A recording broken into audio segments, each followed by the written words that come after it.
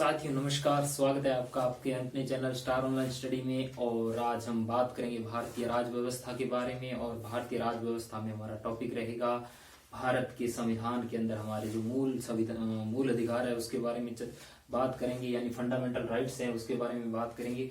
तो साथियों हमारे जो मूल अधिकार है वो दो हो चुके थे, आज हम तीसरा मूल अधिकार के बारे में बात करेंगे। तो तीसरा हमारा मूल अधिकार है शोषण के विरुद्ध अधिकार। तो शोषण के विरुद्ध अधिकार हमारा जो तीसरा मूल अधिकार है उसके बारे में बात करेंगे। इसमें हमारी बात करेंगे अनुच्छेद 23 से लेकर अनुच्छेद 24 तक बात करेंगे। हम ये देखेंगे कि इस जो हमारा मूल अधिकार है उसमें क्या प्रावधान किए गए हैं और किस तरीके से है उसके बारे में बात करेंगे।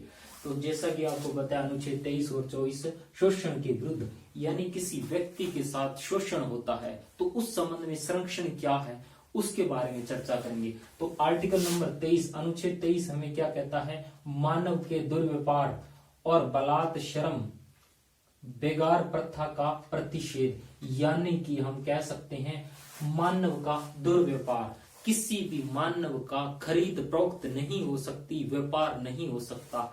यहाँ तक कि महिलाओं को भी वैश्यावृत्ति के कार्य करने के लिए बाध्य नहीं किया जा सकता, ये आर्टिकल नंबर 23 कहता है।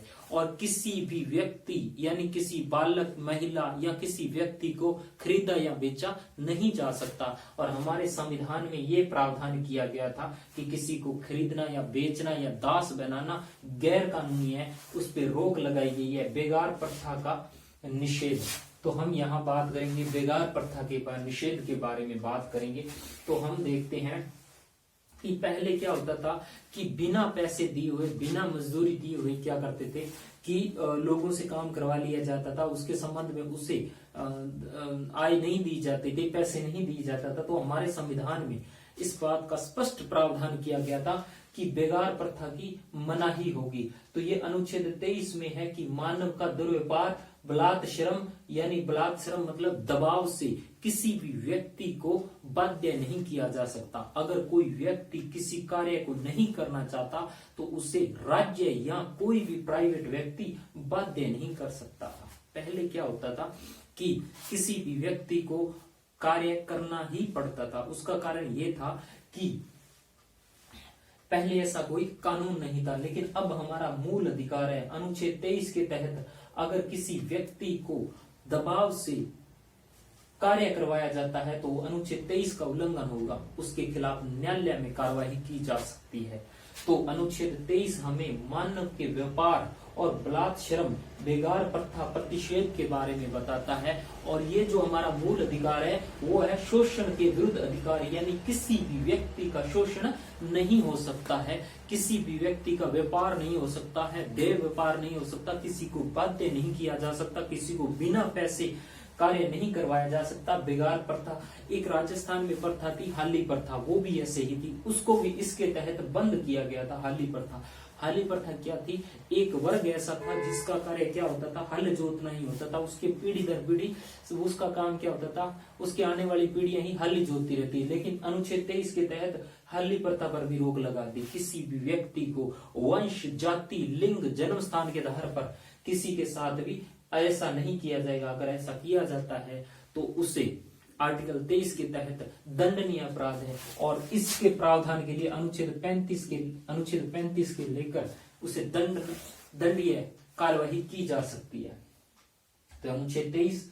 अनुच्छेद 24 क्या कहता है? अनुच्छेद 24 कहता है कारखानों आदि में बच्चों के लिए नियोजन का प्रतिषेध, यानी 14 वर्ष से कम आयु के बालकों को खतरनाक कार्यों में नहीं लगाया जा सकता है।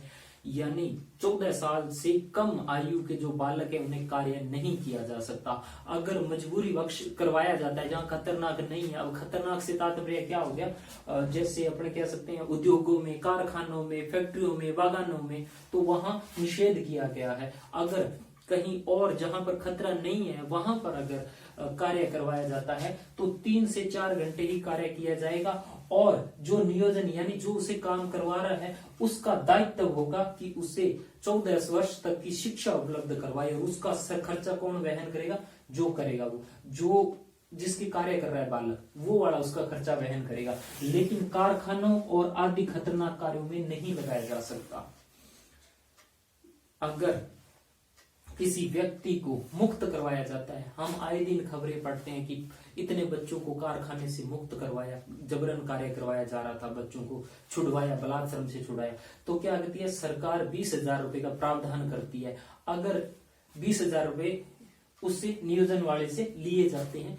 अगर मान लो कोई बच्चा है जिसके माँ बाप नहीं है, तो उसे सरकार 5,000 रुपए और देके 25,000 की एफडी करके वेलफेयर फंड में डाल के उसे 14 वर्ष तक की पढ़ाई का खर्चा भी उसे नियोजन से उठवाती है, और उसकी जो किस्तों में उसको पैसे मिलते हैं पढ़ाई के लिए। अनुच्छेद 24 के तहत किसी भी बालक को, 14 वर्ष से कम बालकों को कार्य करना नहीं करवाया जा सकता, और खासकर खतरनाक कार्यों में तो बिल्कुल भी नहीं। तो ये 2 आर्टिकल है शोषण के विरुद्ध अधिकार, यानी किसी भी व्यक्ति को शोषण होने से बचाने के लिए हमारे अनुच्छेद 23 और अनुच्छेद 24 है। तो इससे आप साथ साथ नोट करते रहिए। एक बात और कहूंगा, हमारी 3rd ग्रेड मुख्य परीक्षा के लिए एक क्विज चल रही है टेलीग्राम पे। तो लगभग 1100 प्रश्नों का समूह है, तो उसकी डेली क्विज होती है। अगर आप उसको पार्टिसिपेट करना चाहते हो तो टेलीग्राम का लिंक दे रखा है, आप उसको ज्वाइन करके इस क्विज में शामिल हो सकते हो। फ्री ऑफ कॉस्ट है, निश्चित रूप से आपको फायदा मिलेगा, पेपर तक आपकी पूर्ण तैयारी होगी। चलिए जी हम बात करते हैं अगला हमारा जो अनुच्छेद है और अगला हमारा जो मूल अधिकार है उसके बारे में बात करते हो। अगला हमारा मूल अधिकार है धर्म से संबंधित। सामान्यतः देखा गया था जब भारत 20वीं शताब्दी से गुजर रहा था तो उस समय धार्मिक और जातिवाद बहुत बड़े स्तर पर था। उसको कम करने के लिए इन अनुच्छेदों को रखा गया था, यानी इसे एक मूल अधिकार का दर्जा दिया गया था। क्या दिया गया था? धर्म की स्वतंत्रता का अधिकार। बहुत बार पूछा है धर्म की स्वतंत्रता का अधिकार अनुच्छेद किस में आता है? अनुच्छेद 25 से 28 तक धर्म की स्वतंत्रता का अधिकार आता है। ये आपका मूल अधिकार है, फंडामेंटल राइट्स है। अब इसको कैसे समझेंगे कि धर्म से मतलब क्या है, इसको अलग अलग तरीके से समझते हैं। अनुच्छेद 25 क्या कहता है? अनुच्छेद 25 कहता है अंत्यकरण की स्वतंत्रता, धर्म अबाध रूप से मानने की स्वतंत्रता, आचरण और प्रचार करने की स्वतंत्रता अनुच्छेद 25 देता है। अनुच्छेद 25 कहता है अंत्यकरण, आप किसी भी धर्म को मान सकते हो, उसका उपासना कर सकते हो, प्रचार कर सकते हो, धर्म को, आचरण को प्रचार करने की आपको स्वतंत्रता आर्टिकल 25 के तहत। और अनुच्छेद 25 ही सिखों को कृपाण धारण करने की स्वतंत्रता देता है। ये अनुच्छेद 25 समझा जाएगा, ध्यान रखना।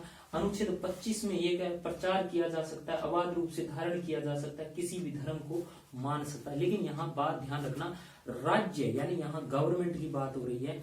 अगर युक्त निर्बंध भी किए गए, यानी इन पे रोक भी लगाई गई है, जब तक पब्लिक, लोक नियोजन और किसी के दूसरे को मूल अधिकारों का हनन ना हो, तब तक ये प्रभावी रहेगा। अगर किसी दूसरे के मूल अधिकारों का हनन हो रहा है तो इस पर सीमित प्रतिबंध लगाए जा सकते हैं। चलिए जी हम आगे बात कर रहे हैं। अनुच्छेद 25 में कोई भी व्यक्ति अपने धर्म को मान सकता है, प्रचार कर सकता है, इसके तहत है। अब है अनुच्छेद 26। अनुच्छेद 26 क्या कहता है?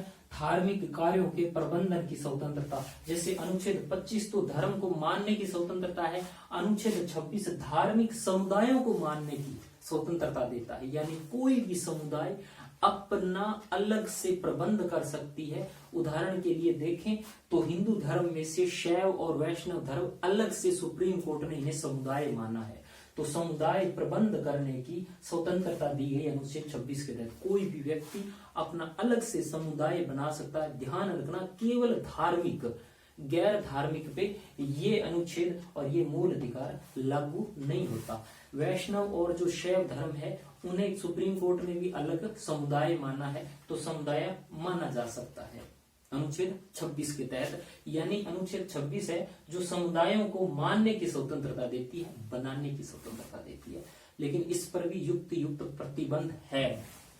आगे हम बात करें अनुच्छेद 27। अनुच्छेद 27 कहता है धार्मिक संस्थाओं में करों की मनाही। करों की मनाही यानी करों की स्वतंत्रता। अब धार्मिक संस्थाएं हैं, वहां पर करों की मनाही अर्थात टैक्स की मनाही। देखिए एक टैक्स शब्द होता है, एक होता है फीस। अब हम दोनों को एक समान नहीं समझेंगे। टैक्स का मतलब अलग होता है, फीस का मतलब अलग होता है। टैक्स मतलब कर और फीस मतलब शुल्क। राज्य कर नहीं ले सकता लेकिन फीस ले सकता है, ध्यान रखना, शुल्क ले सकता है। अब क्यों है, किसी भी धार्मिक संस्थाएं हैं या धर्म है, वहां पर से किसी को भी टैक्स नहीं लिया जाएगा। जैसे पहले जजिया कर वगैरह चलते थे, ऐसा नहीं चलेगा। हमारा जो भारत है वहां पर ये चीज नहीं है, क्योंकि अगर देखा जाए भारत एक सेक्युलर कंट्री है। अब आप कहोगे सेक्युलर अर्थात धर्मनिरपेक्ष है, तो ये आया कब था, 42वां संविधान संशोधन हुआ था 1976 के अंदर, और उसमें हमने सेक्युलर शब्द को जोड़ दिया था। संविधान संशोधन किया था 42वां, और उसमें हमने एक शब्द जोड़ दिया था सेक्युलर अर्थात धर्मनिरपेक्ष। अब आपको कि ये तो बाद में जुड़ा था, नहीं, ये महज औपचारिकताएं थी। हमने यहाँ भी देखा कि कोई भी व्यक्ति अपने मान सकता है, हमने यहाँ भी देखा, यानी एक तरीके से हम तो पहले ही सेक्युलर थे जब संविधान बना था, बस एक रूप दिया है। अब बात आती है करों की मनाही। किसी भी धार्मिक संस्थाओं से कर नहीं लिया जाएगा। धर्म किसी भी धर्म से संबंधित है, उससे कर नहीं लिया जाएगा। ये अनुच्छेद 27 कहता है करों में मनाही, लेकिन फीस ली जा सकती है, शुल्क लिया जा सकता है। ध्यान रखना, जो राज्य निर्धारित करता है इतना शुल्क आपको देना पड़ेगा। ये दूसरा पहलू है। तीसरा इसका जो पहलू है वो है शिक्षण संस्थाओं में धार्मिक शिक्षा और धार्मिक उपासना से उपस्थित होने से स्वतंत्रता। शिक्षण संस्थाओं में धार्मिक शिक्षा से संबंधित है। ध्यान रखना, अनुच्छेद 28 कहता है, अनुच्छेद 28 हमें ये कहता है कि जो शिक्षण संस्थाएं हैं वो 3 तरीके की है। 28(1) क, 28(1) ख, 28(1) ग, 28(1) घ, ये 4 तरीके की स्वतंत्रता है। 3 ऊपर वाली है वो क्या है, अनुच्छेद 28(1) क के तहत पर मानी गई है कि जो पूर्ण रूप से राज्य वित्त पोषित करता है, यानी राज्य चलाता है पूर्ण रूप से। ख और ग वो है जो अंततः आंशिक रूप से राज्य वित्त पोषित करता है, यानी कुछ धनराशि देता है। 28 घ में है, यानी पूर्ण रूप से अपने आप में स्वतंत्र है। तो यहाँ पर जो राज्य पूर्ण रूप से पैसे वित्त करता है, यानी जिसे वित्तीय सहायता देता है, वहां पर तो धर्म की शिक्षा नहीं दी जा सकती। लेकिन जहां पर कुछ अंश देता है राज्य वित्त का, और जो पूर्ण रूप से अपने प्राइवेट रूप में चलाते हैं, वहां पर धर्म की शिक्षा दी जा सकती है। लेकिन एक कंडीशन है, कोई दूसरे धर्म का व्यक्ति अगर बालक है तो उसके जो संरक्षक है या माता पिता से अनुमति लेकर ही उसे धर्म की शिक्षा दी जा सकती है। अगर वो मना कर दे तो उसे नहीं दी जा सकती। जैसे मुस्लिम लोगों को वंदे मातरम गाना अनिवार्य नहीं है, उस तरीके से। तो अनुच्छेद 28 बताता है धार्मिक शिक्षा के संबंध में उपासना करने से संबंधित है। हमारा जो संविधान है अलग अलग तरीके से अलग अलग समय पे अलग अलग तरीके से बताया गया है। अनुच्छेद में एक बार ये जो है उनके शोषण के विरुद्ध अधिकार और धर्म की स्वतंत्रता, 2 मूल अधिकार आपके करवाए हैं। 2 पहले हो चुके हैं, टोटल 4 मूल अधिकार हो चुके हैं। तो इसमें अनुच्छेद 23 में मानव व्यापार, बलात्श्रम, बेगार प्रथा का प्रतिषेध बताया। अनुच्छेद 24 में कारखानों आदि में बच्चों के लिए नियोजन का प्रतिषेध बताया है। अनुच्छेद 25 में अंतःकरण की स्वतंत्रता, अबाध रूप से धारण करने प्रचार करने की स्वतंत्रता। अनुच्छेद 26 धार्मिक कार्यों के संबंध में स्वतंत्रता, ठीक है, यानी समुदायों के लिए है। और अनुच्छेद 27 बताता है कि धार्मिक संस्थाओं में करों की मनाही के लिए बताया गया है, कर नहीं लिया जा सकता। अनुच्छेद 27 के तहत पेपरों में मल्टी टाइम पूछा गया है, तो इस चीज का ध्यान रखना जी कि करों की मनाही किस में है। अनुच्छेद 27 में अगर आपसे पूछे कि अंत्यग्रहण की स्वतंत्रता किसमें, अनुच्छेद 25 में। अगर आपसे पूछे धार्मिक प्रबंध करने की स्वतंत्रता किसमें है, समुदायों को, तो अनुच्छेद 26। अगर आपको बोले धार्मिक शिक्षण संस्थाओं में, अच्छा एक वो बताना भूल गए, धार्मिक शिक्षण संस्थाएं जो 4थे प्रकार की होगी, वहां कोई धर्म से रिलेटेड होगी, जैसे मदरसा है, अकाल अकेडमीज है, वहां पर धार्मिक शिक्षा दी जा सकती। ध्यान रखना जी। 28 में बताया गया है कि शिक्षण संस्थाओं में धार्मिक शिक्षा और उपासना करने या उपस्थित होने की स्वतंत्रता है। उपस्थित होना, दूसरे धर्म का व्यक्ति अगर उपस्थित होता है तो उसे माता पिता से पूछना पड़ेगा। अब एक बात पूछी गई अनुच्छेद 25 में, मैं आपको बता देता हूं। इसमें यह बताया गया है हिंदू में क्या है, पारसी को अलग करके जैन, बौद्ध और सिख, इनके जो धार्मिक संस्थान होंगे, राज्य प्रयास करेगा सभी के लिए खोलने का। हिंदुओं के लिए तो कंपलसरी है ही है सभी के लिए खोलना, लेकिन सिखों के, जैनियों के और बौद्धिस्ट जो है उनके जो धार्मिक संस्थान है वो सभी के लिए खुले रहेंगे, किसी को मना नहीं किया जाएगा आने और जाने के लिए। तो ये राज्य प्रयास करेगा अगर राज्य चाहे तो। एक इसमें हाँ, एक इसमें बताया गया है बलात् शर्म, यानी बलात् का मतलब दबाव पूर्ण। तो इसमें एक अपवाद भी है, ये 23:1 और 23:2 में ये कहा गया है कि राज्य में संकट आ जाए, युद्ध हो जाए, तो उस समय प्रत्येक नागरिक को सैनिक सहायता, सेना में भर्ती होने के लिए बाध्य किया जा सकता है। वो इसका अपवाद नहीं समझा जाएगा। जैसे इजराइल है, क्यूबा है, हाल ही में पुतिन ने कहा था कि रशिया का जो 2 लाख लोग होंगे वो भर्ती होंगे, तो ऐसे प्रावधान किए जा सकते हैं और वर्तमान में है। इजराइल है, क्यूबा है, वियतनाम है, वहां पर यह प्रावधान है। तो इन चीजों का ध्यान रखना। ये 23:2 के तहत बात आएगी, यानी दबाव दिला के। ये 23 का उल्लंघन नहीं होगा क्योंकि वो सेना और देश की सुरक्षा का मामला है, तो उसमें ये हो सकता है। तो इसमें से अगर